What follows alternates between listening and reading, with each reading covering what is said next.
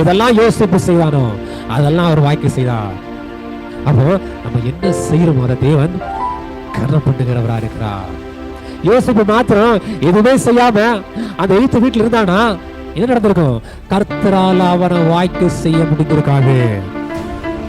அவன் செய்த யாவற்றை வாய்க்கு செய்தான்.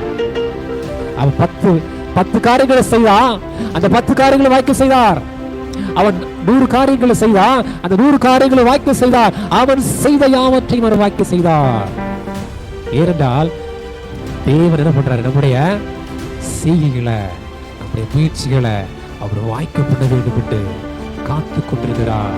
என் பிள்ளை இதை செய்யாதா? என் சகோதரன் இதை செய்ய மாட்டானா? இந்த முயற்சி எடுக்க மாட்டானா? இந்த பெரிய காரியத்தை செய்ய மாட்டானா? நான் அவனை வாய்க்க செய்யணும், நான் அவனை உயர்த்தணும். இந்த ஈர்த்திற்கு முன்பதாக, இந்த எஜமானுக்கு முன்பதாக நான் என்னுடைய பிள்ளைகளை உயர்த்த வேண்டும்.